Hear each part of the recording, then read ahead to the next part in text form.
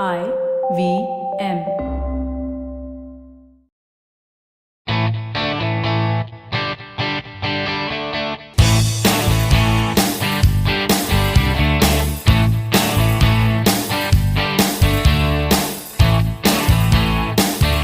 Hello and welcome to a brand new episode of the Musafir Stories, India's very own travel podcast, where each week we share the journey of travelers in their own words and relive their experiences with you, our listeners. Hey guys, welcome to a brand new episode of the Musafir Stories. Hope you're all well and keeping safe. On the podcast today, we have Aditya Worah, a traveler and an audio producer. In fact, our audio producer, Aditya, has actually produced a few of the episodes for Musafir Stories as well in the past. But really excited to have him on the podcast. So let's hop onto the episode and find out where Aditya is taking us to today.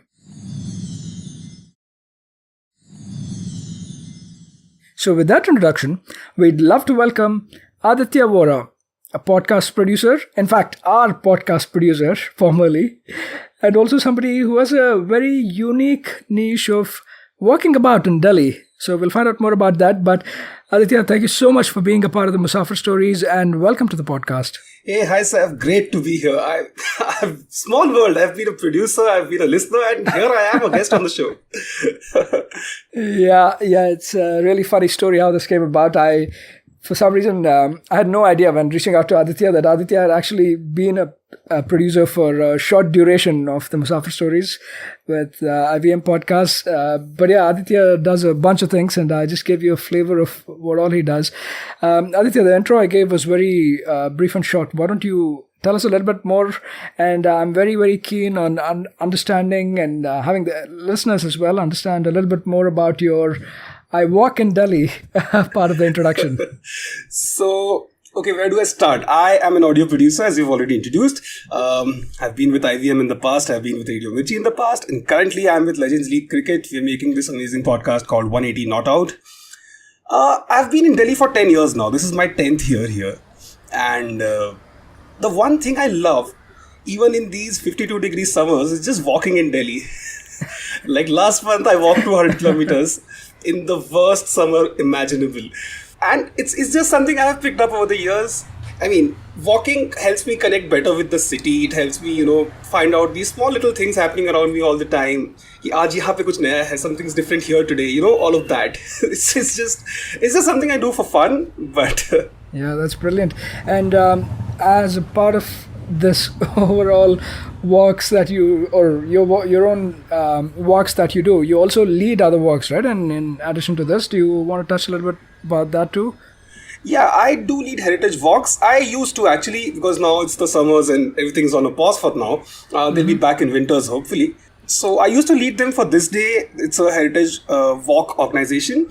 And I particularly lead these walks across the Chandni Chowk area and the Humayun's Tomb area, because these are the two places which I feel have a great story to tell.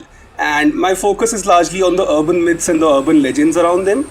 I'm not a historian, so I have to factor in different aspects of that as well.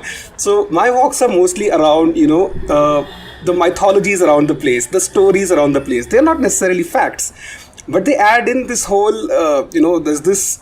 the mystique of the place. They add to the mystique of the place around you. So it's that aspect that I bring out in these walks. Yeah, absolutely. And Delhi does not have a dearth of stories and these urban legends that you mentioned, right? So many of those and so many layers and layers to unravel and peel off. So I'm glad that we have a chance to connect now and speak a little bit to this as well. And obviously this will be an area we'll be delving into more today. On the podcast today, where would you like to take us and the listeners to? So I noticed you've already had a podcast on Old Delhi. So let me take you to the other side, the New Delhi. This is the new British capital. The area which was largely redeveloped after 1911. It's that side of the city. So the walk, as I see it, it begins at the Lodhi Gardens. It goes through all of these, as you call them, the avenues of power, where you have these offices of the political parties, you have the Rashtrapati Bhavan, you have the India Gate, all the houses around that. And then it eventually ends at Connaught Place. So this is the larger area that we'll be looking at. Okay, brilliant. Yeah, so a little bit more of the contemporary part of Delhi, you could say, given that, again, this is all relative, but given how long the history of Delhi and the different cities of Delhi even goes back to, so we are referring to the newer part of Delhi, or what is referred to as New Delhi. And do you want to perhaps speak a little bit to this very layered history of Delhi as well, Aditya? Just how many cities over cities have been built over the past several hundred years in the place? Absolutely. So Delhi, as we know it today, it's a collection of different cities over time which have come together. Depending on who you ask, you can be told there are 7 cities, 8 cities, 9 cities, 11 cities of Delhi. So let me just quickly take you through it, because I know you've already discussed this in a previous episode. So Delhi starts with the 7 cities basically. They start with Lal Kot, which is at Mehrauli, which is the oldest city of Delhi. And it is the same place where Qutub Minar eventually comes up and the old city starts off.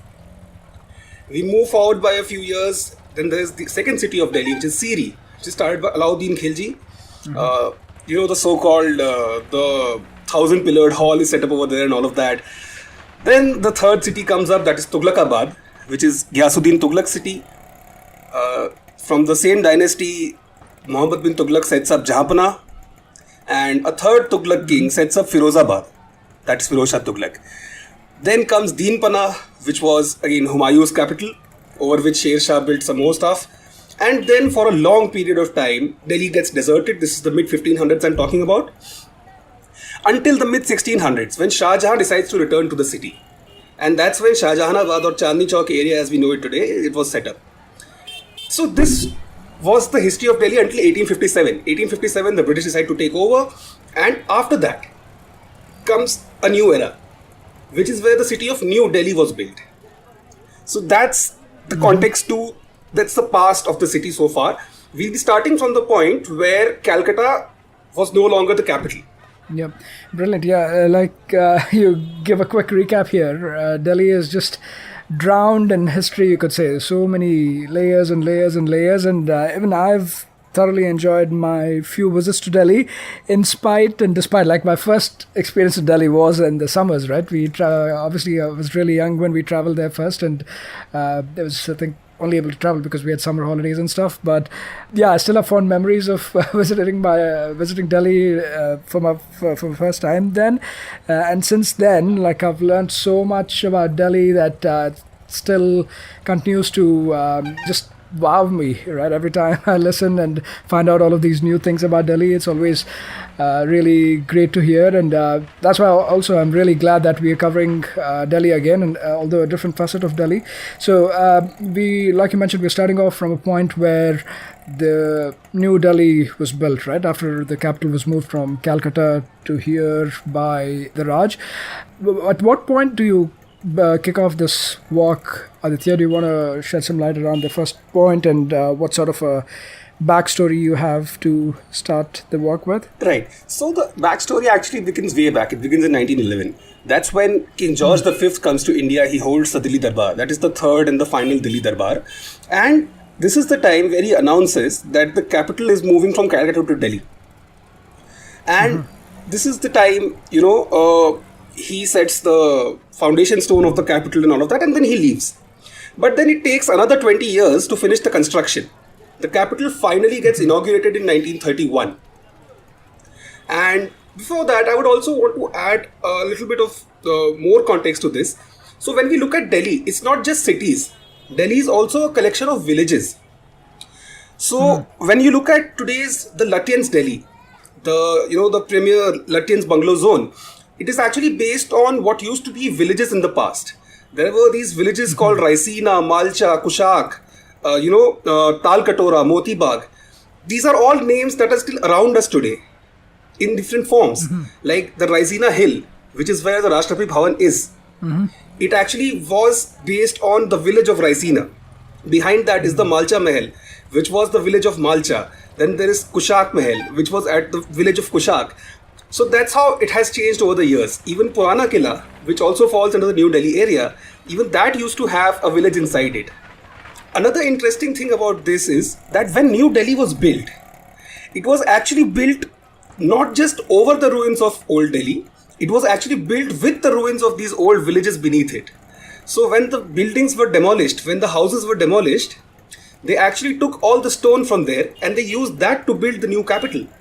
In fact, Dr. Swapna Little points out in her book, Connaught Place in the Making of New Delhi, that 60,000 cubic feet of stone was used to get this built. Mm-hmm.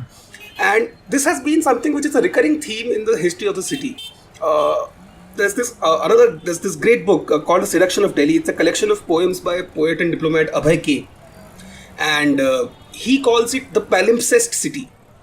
A palimpsest is basically a piece of paper upon which things have been written over and over. And that's exactly how Delhi is. So, coming back to the villages are destroyed and destroyed with great cruelty. Like the British sent over cannons to, have some people relocate. And once the villages were gone, they started building the new city over there. Our walk actually begins from the Lodhi Gardens. Okay, now enough with the history. I'm not a historian. I was just setting some context. No, it's great. It's definitely great. And please feel free to add as much as you'd like to. Yeah. So we will start our walk with Lodhi Gardens. And, I'm sure a lot of our listeners would have heard about this place in Delhi.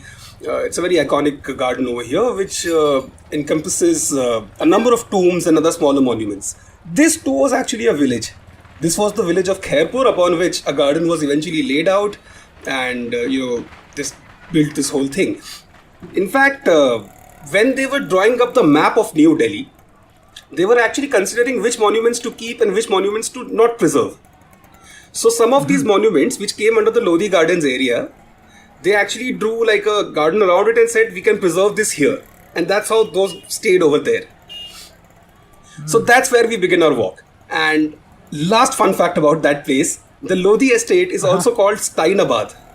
It is named after Joseph Stein, an architect who actually, redesigned the gardens after the British left. And interesting. I want to make a special mention of this because we will also end with another architect. Okay. Yeah, no, that's brilliant. I'll be very honest here and probably aging myself too. Whenever, obviously the Lodhi Gardens, right, like you mentioned, primarily the memorials and tombs built for the rulers of the Lodhi Sultanate or the Lodhi Empire. My memory always, even though we've studied this in our history books and everything in school, my first memory whenever I hear about Lodhi goes back to, I don't know if how old you were when this came about, right? Shah Rukh Khan did a couple seasons of Kaun Banega Crorepati, right? Yes. And in that, I think there was a funny question where Lodhi Samrajya ki sthapna kisne ki, Ibrahim Lodhi, Balo Lodhi, Sikandar Lodhi, and one more Lodhi, right? This guy, he just repeats that, phone a friend and repeats that. And in the duration of that 30 seconds, that friend goes from option A to B to C, I think, and just leaves the guy confused. So it's a very funny clip. I'll probably link that in the show notes too. But whenever the name Lodhi comes up, like that's my first memory or recollection that goes back to that funny question. But here's where you start off the walk at. And I think it's also good that some of these have been retained, right? I mean, one for obviously the architectural heritage, right? These are all beautiful structures, so that way it's a great way of preserving them to whatever extent possible. And secondly, it also gives that little bit of lung space in what is a very, very concrete heavy city, I would say, right? Delhi, especially the urban part of Delhi. Absolutely, much needed. But again, maybe I have a little bias towards Delhi, but when I compare it with other metros around the country, I think Delhi still has many more green spaces. Especially with the kind of, the Jahanpana forest and all of those urban forests inside the city. It's a much greener city compared to other metros. Yeah, no, that's, I think that's a fair point, and kudos to like whoever took up the planning that they decided to, I think even I read when I was looking this up that even when this was being rebuilt or the city of New Delhi was being built, about a third was actually allocated to green spaces or leaving those regions unbuilt, right? So I think it's great that we have some of that remaining. And I mean, it is already at 52 degrees. I don't know, without these last remaining forest covers or green cover, how much more horrible it'd be having to live through the summers. Yeah, so I'm glad that we still have these remaining. But awesome. So thank you for kicking off the walk there. And tell us a little bit more, like what kind of things are you seeing around the Lodhi Gardens? How much time do you spend there, and where do you head off to from here? So Lodhi Gardens would take you about 40 minutes to walk through the entire circumference of the park. Post that, you can actually step out and move towards Khan Market. That's the next stop on our walk. Khan Market is this upscale Delhi market which came up post-partition, and it was actually built to allocate land to these immigrants who came from the northwest frontier provinces in Pakistan. So after the partition, when they moved in, a lot of Delhi has actually been, reshaped after 1947 because of the partition. So when they came in, this was an area which was given to them for their resettlement and for their, for them to set up their shops. So that little market, back in the 1950s or 60s or whenever it was set up, today it has become one of the most premium marketplaces in the country. In fact, Delhi's first apartment complex also came up right there, right next to the Khan Market. This was the Sujan Singh Park. Built, of course, by Khushwant Singh's grandfather. Named after Khushwant Singh's grandfather, built by his father, Sir Sobha Singh. Incredible place. It still stands. It's not in the best of conditions, but it's a piece of history right there. And I must also point out that this Sir Sobha Singh, he was also involved in a lot of construction in the city. Back in the very early days, even in the British time. He was actually called Adhi Dilli Ka Malik, master of half the Delhi. Owner of half the Delhi. He was a senior contractor in the construction of the city, and we'll also come to a couple of other important landmarks that he was the contractor of and even actually managed himself. Khan Market also has two places which I would strongly recommend everyone to go to. They are two bookstores. They are two legendary bookstores, and if you know anything about Delhi, you probably know what I'm talking about. It's the Fakir Chand and then there's Bahari Sons. Yeah. These are two incredible bookstores in the city, and their legacy, of course, unparalleled. Absolutely. And a very, very posh area of Delhi also, right? The Khan Market area. I read that even the 20th or something on the list of the most expensive shopping places around the world even. Makes complete sense. Makes complete sense. So we now move from Khan Market to the neighboring Humayun Road, where you have a very unique place of worship in the city. It is the Judah Hyam Hall. It's the synagogue. It's the only synagogue in North India. And you also have a cemetery right next to it, where you have a lot of, the legendary, Jewish people of the city buried there, including some war heroes of the country as well. A general from the Bangladesh war is also there. It's a very beautiful place. It's a very, quaint, hidden place, but right in the middle of one of the most important places of the city. In fact, it's actually open for everyone. If you go there on Fridays, you can also get the Shabbat prayers at the evening. Yeah, interesting. It's pretty interesting to know that this is the only synagogue in North India, right? I mean, in the south, I think there's a few of them, and obviously in Kochi and places like that, they become pretty popular too as places where people or tourists often visit to. But in my visits, I've never had a chance to be here, and it's great to know that it's also the only synagogue in North India. Yeah, and the rabbi is also a very interesting man. There's this guy called Ezekiel Malikar who does the service over there, and he can actually do it in 3 languages. He does it in 4 languages. He does it in English, he does it in Hebrew, he does it in Hindi, and does it in Marathi as well. Like one of these days I was there and he was actually holding an online service for people in Maharashtra. I was surprised to see this rabbi in Delhi giving a service in Marathi, and we had Sikhs, Muslims, people of different communities sitting over there. It was beautiful. Wonderful. And you're saying this is open to visit, right? As a tourist or a visitor, you can walk in. Okay. Yes. Good to know. Awesome. And from here, where you headed off to? We are still in that area. There's this place called the Street Art Nukkad over there. And it's this small corner, small intersection of the streets where you have a lot of graffitis on the wall. You have a lot of these murals on the wall, and they've all been done by the Delhi Street Art. It's this organization which does a lot of these, pieces of art across the city.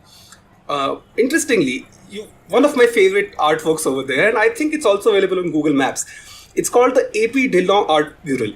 AP, of course, as we do, is the singer behind a lot of hits these days. Yeah. So there's that, and there's actually a whole section of low-income housing, and all their walls are actually just murals. It's a very beautiful place to walk through. As you cross this, as you move towards the main road, you cross the Taj Hotel, and then as you keep walking, you start getting the feel of New Delhi. You start getting the feel of the Lutyens' bungalow zone, because now this is the point that you are actually in those corridors of power. This as you move towards from the Taj towards maybe Akbar Road, you find this central monument over there. It's called the Lal Bahadur Shastri Memorial. Of course, as the name suggests, it's a memorial dedicated to India's second Prime Minister, Lal Bahadur Shastri. And this is an interesting area because just behind it, you have the Congress headquarters. The AICC is over there. And just behind it, just behind the AICC is 10 Janpat. Anyone who has covered or followed any sorts of politics in India knows that this is such an important landmark. That's where Sonia Gandhi lives. So that's a very, anytime anything happens in Delhi, you'll have media vans lined up over there.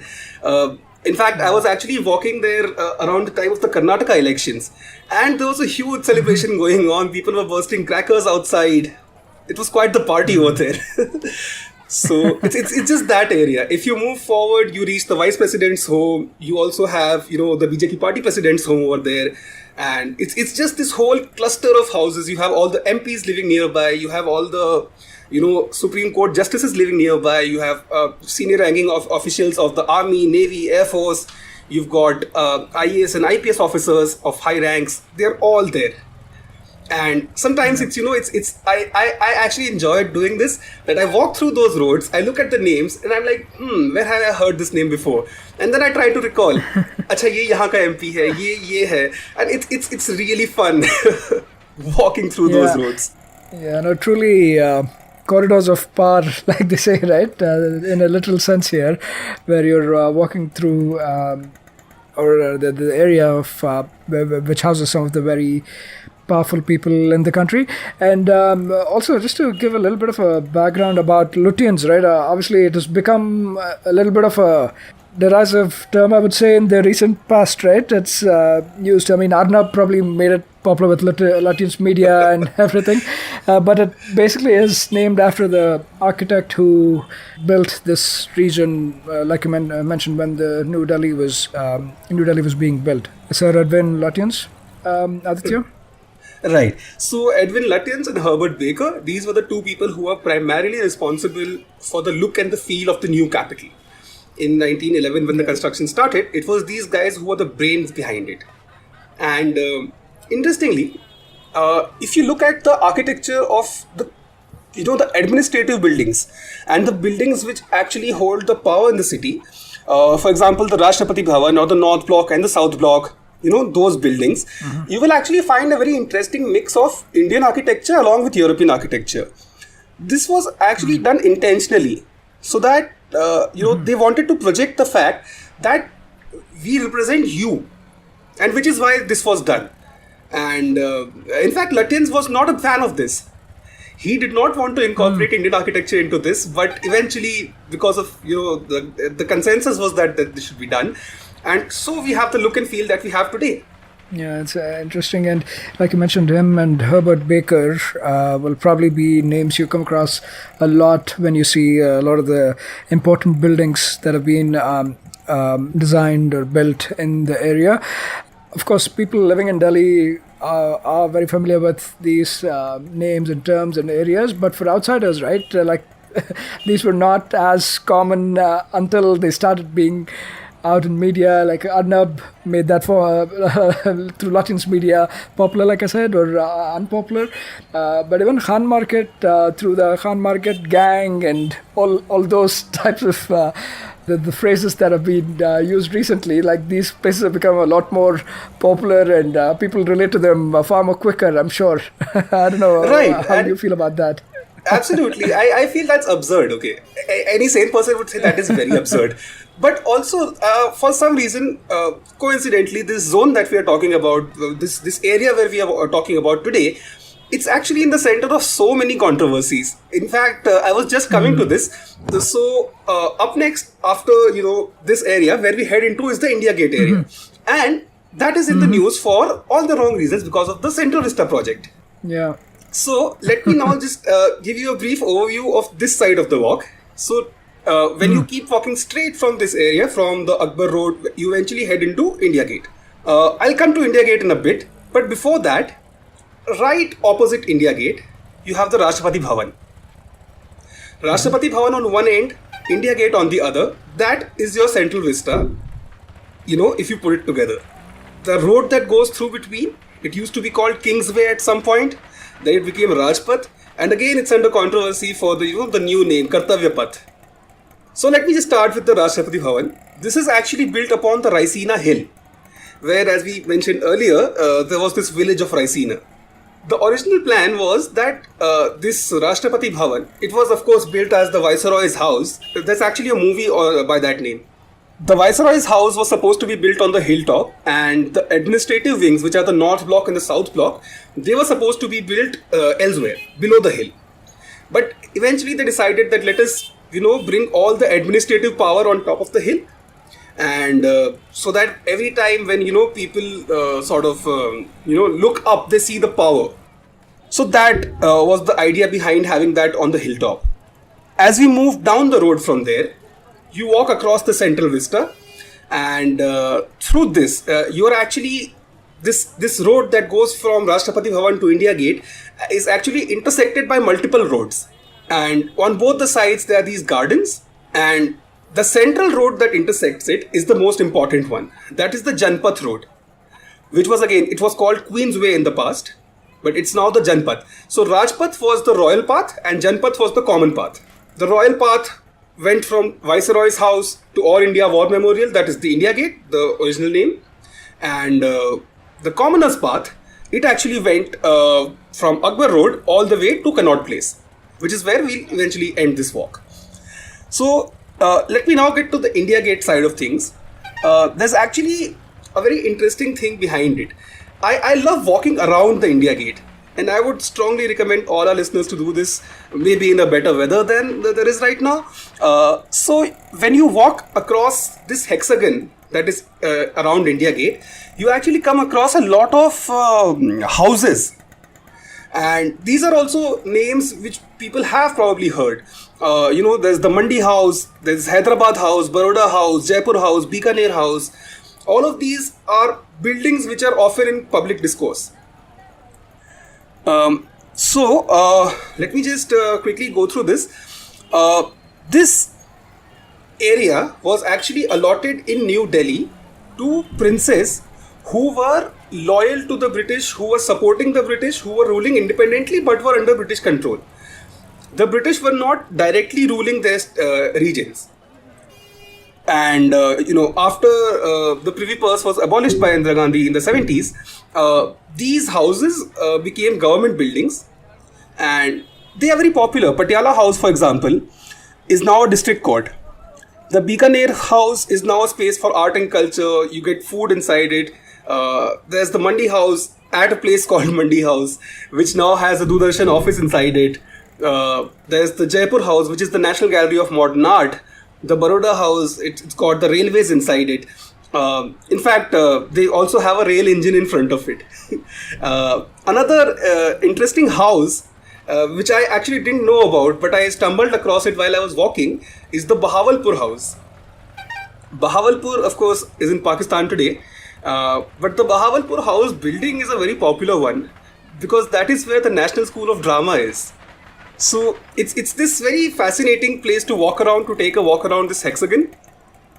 Absolutely. And I would also say another thing is in terms of the experience, right? Let's say compared to Old Delhi, it is also very, in its own way, I would say, enjoyable when you walk there, just in the hustle and the bustle. These places that you're mentioning are all very, very accessible that way, right? With very neatly paved sidewalks and everything. So walking about is definitely not an issue here as compared to, like, let's say, Old Delhi or Shahjahanabad. Right. This is extremely easy to walk in. It's extremely accessible. And, both places have their own charm. You can go to Old Delhi and enjoy these old Havelis and the Red Fort and the Purani Delhi ka khana and all of that. But there's also this very beautiful sort of an experience to, just hang around India Gate at 12:30 in the night, to have an ice cream across that. It's a part of the Delhi experience. Yeah, absolutely. And it's just fascinating how different those two experiences are also, right? And I really appreciate Delhi for that. Yeah. Awesome. So, after passing through, or like you mentioned, all of these important houses across this area, what's the next point of interest that you stop at? There's the India Gate itself. So these houses are aligned at a hexagon around the India Gate. And in the center, there's the India Gate. Not exactly in the center, but like the center of the hexagon. This place was actually supposed to be the Princess Park when it was being planned. So all these princes will have their houses around this, and this will be a common open place for them. But eventually, the All India War Memorial came up over there, which is now known as the India Gate. This itself is a very fascinating monument, and I think it's one of the most popular and iconic monuments of Delhi. Even when you represent the city in these minimal posters and all of that, you often see the image of India Gate over there. So there's that, and India Gate, it has the gate itself, which was dedicated to the soldiers of the British Indian Army who fought in the First World War. And behind that was a statue of King George V. It was after independence, it was eventually, defaced, and it was, asked to be removed. And the government actually did remove it. But there's a very funny story after that, So the government asks the authorities in Britain to take away the statue. And they deny it. They say we don't have the funds for it. Oh. Then they go to the High Commission, the British High Commission in India. They said, no, we don't have the space for it. Wow. So the statue eventually ends up in this place called the Coronation Park, which is in the northern side of Delhi, and it also makes sense over there because that is the place where King George V was coronated in the Delhi Darbar. Mm-hmm. So the statue remains there. It has been defaced. There are a number of other statues over there, other governor generals, viceroys, and all of those, and they have most of them have been defaced beyond recognition. One of them actually looks like Lord Voldemort. It's horrifying. So there's the India Gate. I would actually like to go back to Janpat now. Janpat is this central point which intersects the Central Vista. And on the Janpat, you actually find a very interesting building, also under some controversy right now. This is the National Museum. The controversy, of course, is that it is being, demolished and being relocated to the North Block and the South Block in a larger museum space. We don't really have a date as to when that will happen, but that is supposed to happen. But while it is still there, I strongly recommend anyone listening to go and spend some time at the National Museum. It will easily take you about 1.5 to 2 hours inside that. It's a beautiful, beautiful museum. Even architecturally, it's such a great place to be in. That's one place I would really like to urge you. And since we are also talking about museums, I also want to talk about the National Gallery of Modern Art, which is at the hexagon around India Gate. This place has at display the Navratna artists of India. These are 9 artists who by law are protected. Whichever artwork of theirs is being sold beyond the Indian borders, the government actually tries to buy it back. It's a great place to be at. Check out some Indian art. You can easily spend a whole day over here in this hexagon. Absolutely. Like even the points you're mentioning, right? Some of them obviously points to more pass by, but others like these, you could literally spend a day or part of a day easily just around the museums and some of the other places that you mentioned, right? You could easily spend a lot more time there. Obviously, during the walks, you're mentioning them, giving some backstories about how they came up or the architecture, and then moving on. But they could easily be like their own little trips, right? If you have an interest in these areas. Right. This area is actually so rich in these cultural places. In fact, I'm sort of going off topic right now, but you can actually visit another museum which is very nearby. Must be like a kilometer from the Rashtrapati Bhavan. Not even that much, I assume. That is the Pradhan Mantri Sangrahalaya, which has just come up. This has opened up in the Teen Murti House, former residence of Jawaharlal Nehru. The Pradhan Mantri Sangrahalaya is a great museum. It's actually a place which will take about maybe 2 to 3 hours for you to visit, and it's one of the most modern, state-of-the-art kind of a museum built in recent days. And right next to it is also, of course, the Nehru Planetarium. So you can maybe combine that as well. And the metro connectivity in this area especially, it's really well connected. You have the Khan Market Metro over here, you have the Patel Chowk Metro over here, you have the Central Secretariat over here, the Janpath Metro, the Rajiv Chowk, Connaught Place Metro itself. There is the Mandi House Metro, Barakhamba Metro. So all of these metro stations are like right there. It's very well connected. Yeah. Okay, enough. I have digressed. I must come back to the Janpath Road. So when you walk across the Janpath Road, straight from the National Museum, you will eventually head into Connaught Place. Before you go there are 2-3 other places that you must check out.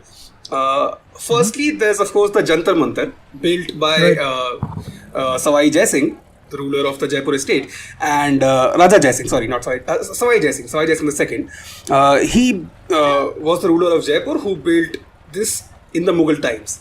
This came up in the 1700s. Jantar Mantar is known more for the protest side these days than for the monument itself. Something about this episode, the controversies just don't keep ending. In fact, when we discussed about doing this episode, I actually took a walk around that area, and a protest was going on there at the time for the NEET examinations. And we've seen some interesting developments. Yeah. Unfortunate, but yeah. So this area has, the protests don't actually happen in Jantar Mantar itself. They happen right behind it. There's a designated protest area there now, which is sort of cordoned off and everything, but protests happen over there.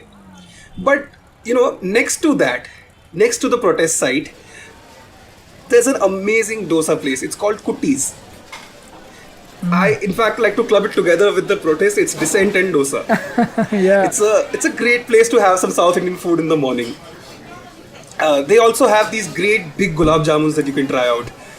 So there's that, and this area itself is also, it's built upon some, villages from the past.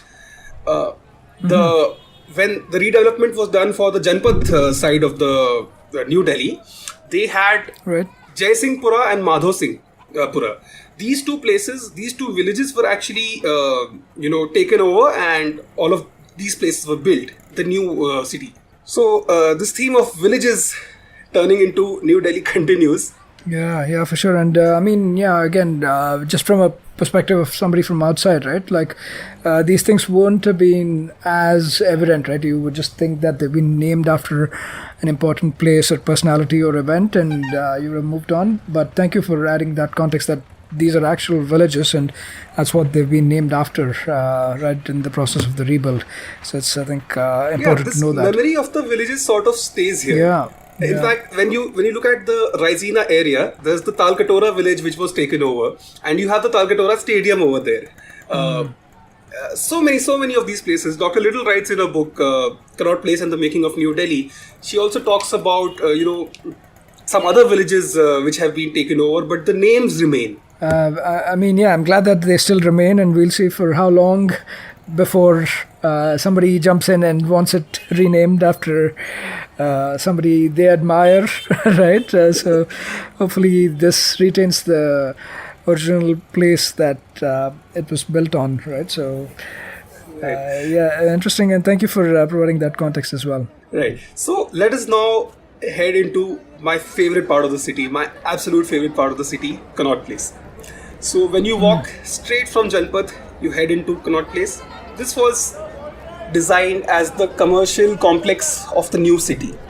So when you build a city, you just don't build housing and administrative wings and all that. You also need like a big district shopping center. So that's what Connaught Place originally was, still is.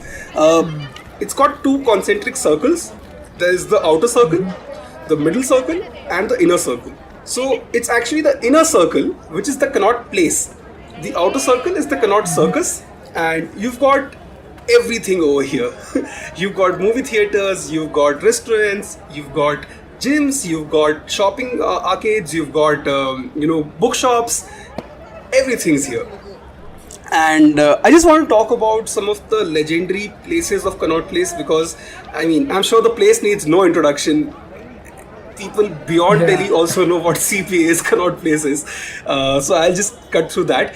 This is named after the Duke of Connaught, an important member of the royal family. It was ready in the late 20s. The construction started a little earlier. And originally when Connaught Place came up, a lot of the shops that were set up there were actually these old businesses from other parts of the city. They came in and settled over here and they started their stores. And there are some names which still remain. For example, Cantor's, the milkshake brand. It started from here. They had a dairy farm nearby. They decided to move in here and their shop has been there ever since. Another popular place called the Wenger Bakery. That started in Kashmiri Gate in the early 20s. They eventually moved to Connaught Place and they had a thriving business. They had multiple floors. One of the floors was a ballroom. Weddings used to take place there. They had a restaurant and all of that has since wound down and they just have a small floor space there. But the bakery still continues. In fact, the Wall Street Journal has a very good article on the history of Wenger. I recommend the readers to go through that, the listeners to go through that. There are many other old establishments which are still around. There's a very small, almost a place which you might miss if you're not specifically looking for it. It's called Ramchandar and Sons. It's a small toy shop which has been around, ever since Connaught Place came up.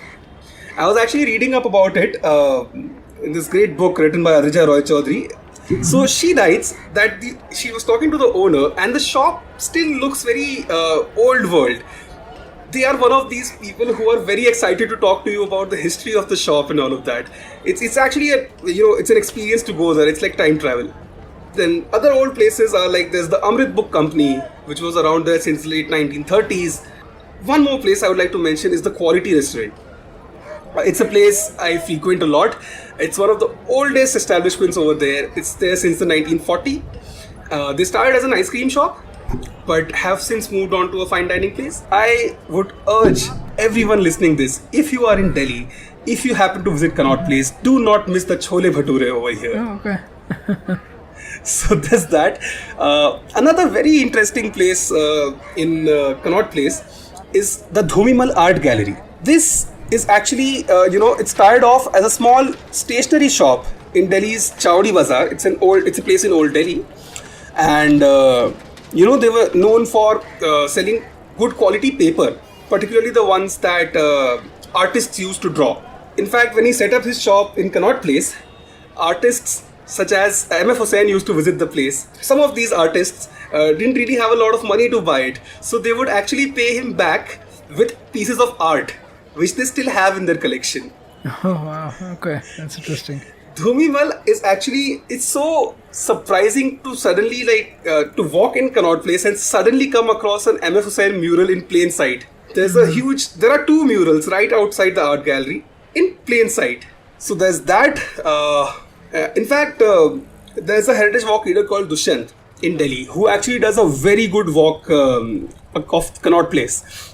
And if you get a chance, do attend his walk. He talks about this with great passion. In fact, he pointed this out to me. I had been, visiting that place for like 8-9 years. I didn't even think this could be an M.F. Hussain artwork. So just one last thing before I finish this walk. I also want to talk about one thing that used to define Connaught Place in the early days. The theatres, the cinema halls. Mm-hmm. So Connaught Place, apart from being a shopping district, was also the entertainment district of the new city. You had places like the Regal Cinema Hall, the Rivoli, the Odeon, the Plaza. All of these were some of the top-notch theatres, state-of-the-art theatres at the time. So I'll just quickly go through them one by one. 3 of them are still there. Regal has been demolished. Word is that they are actually rebuilding it into a multiplex. But, well, it's been about 8 years now. So Regal was again managed by Sobha Singh, the man who built Sujan Singh Park in Khan Market, as we talked about. So he owned that theatre, and they even had a stage set up over there where theatre plays would be performed. In fact, even the legendary Prithviraj Kapoor performed a couple of plays over there. And the cinema hall still had a green room until it was operational. And it was visited by so many of these, the elite of the time, including Jawaharlal Nehru himself. It was his favorite theatre, and he also had a movie screened over there. It was extremely high-end. They had privacy, they had boxes. There were 6 boxes in the theatre. They had a bar. It was like nothing else in the city at the time. This started off in 1932, so probably the first theatre in Connaught Place. The other one, which still exists, is the Rivoli Theatre, which came up in the 40s. And to differentiate itself from the others, they decided to go for just the English films. In fact, Psycho was premiered here, and Hitchcock himself came for that. Really? So there's that. That's really interesting. Yeah. Hitchcock came for that, and right next to it is the India Coffee House, the legendary establishment. And in 2006, Rivoli was actually converted into a PVR under their heritage initiatives. So there's that.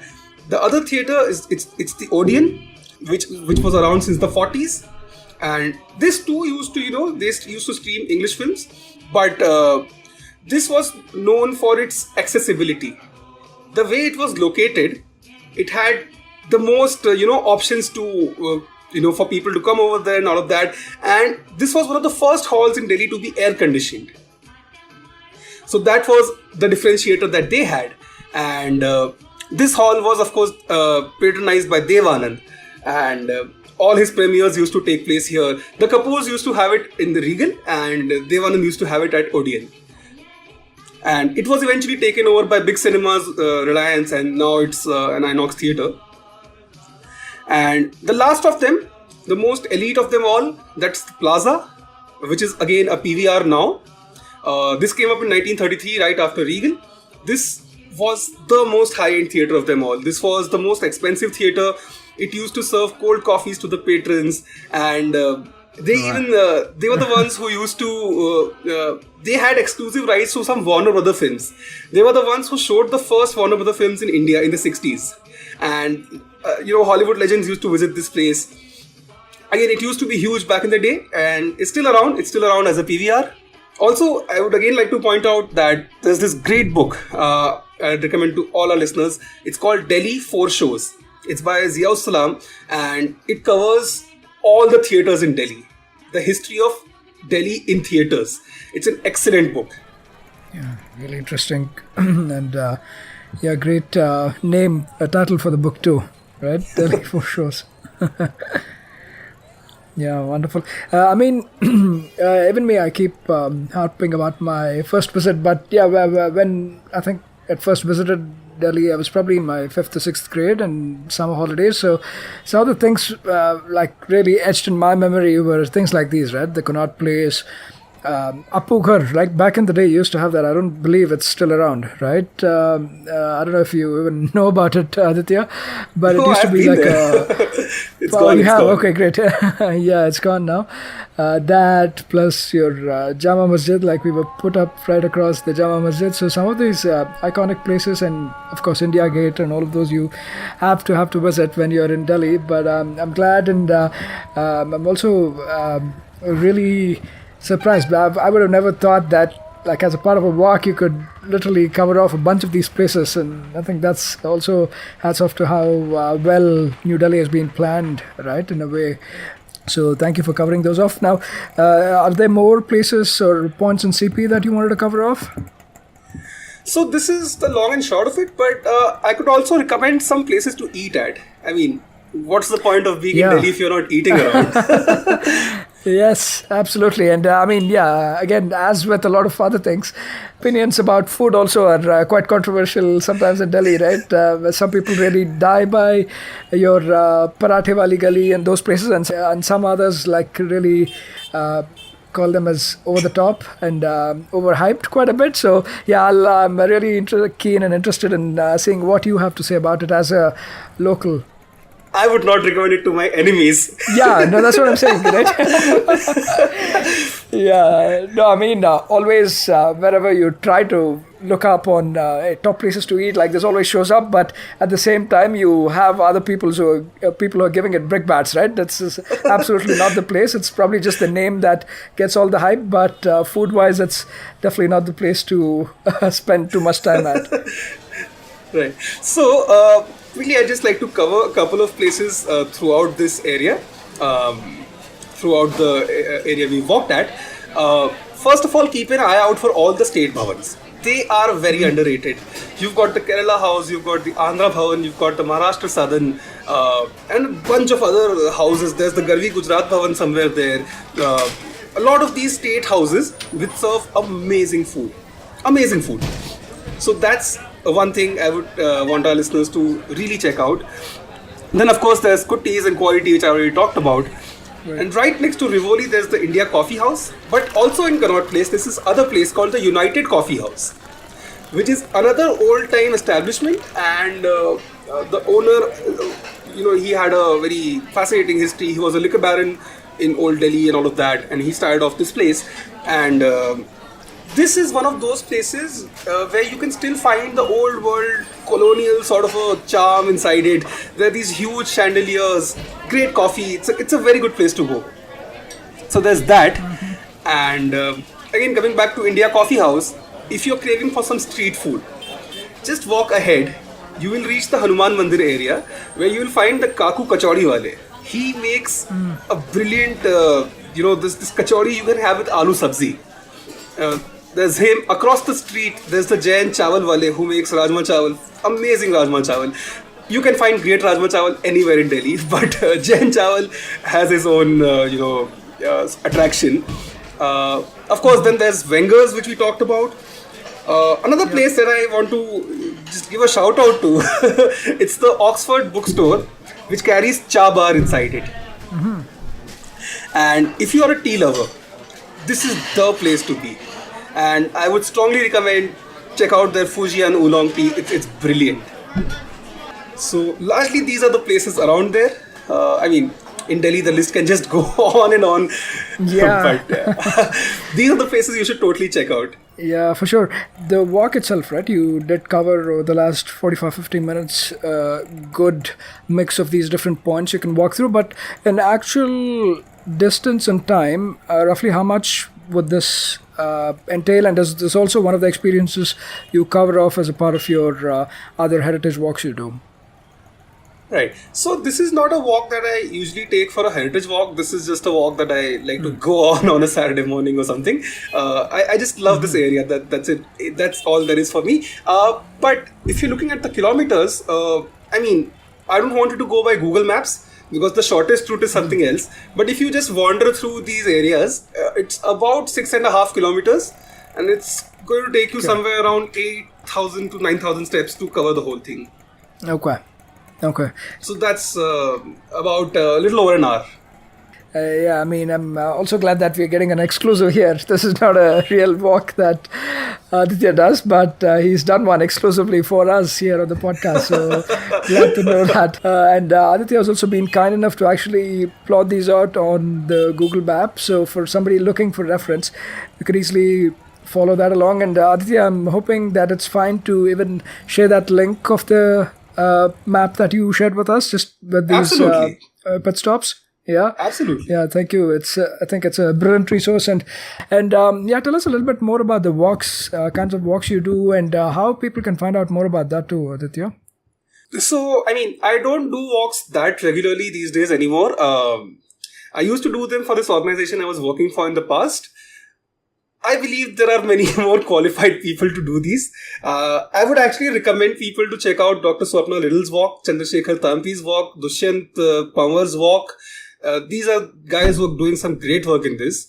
In case I do some walks in the future, I'll put them out on my Twitter and Instagram. I'm on psychedelic, like psychedelic but with an H, like psychedelic, on all social media. So that's where you can find out about my walks. My walks usually happen, as I said earlier, in either in Chandni Chowk or in Humayun's Tomb or in Purana Killa, because these are the three areas which are rich in stories. Again, I'm not a historian, so I don't like to go into the history part or the architecture part and all of that. So I am more story focused. So I like doing a walk in these areas.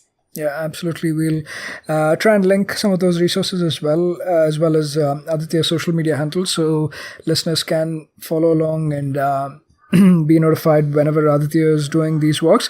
And any final thoughts, Aditya, about Delhi itself or the path we covered today, in terms of points we may have missed covering, or just additional ones you may want to add? Right. So just one thing. I said take a note of Stein, Joseph Stein in Steinabad when we were discussing Lodhi Gardens. Sure. The architect who actually put together Lodhi Gardens and a lot of those buildings in that area.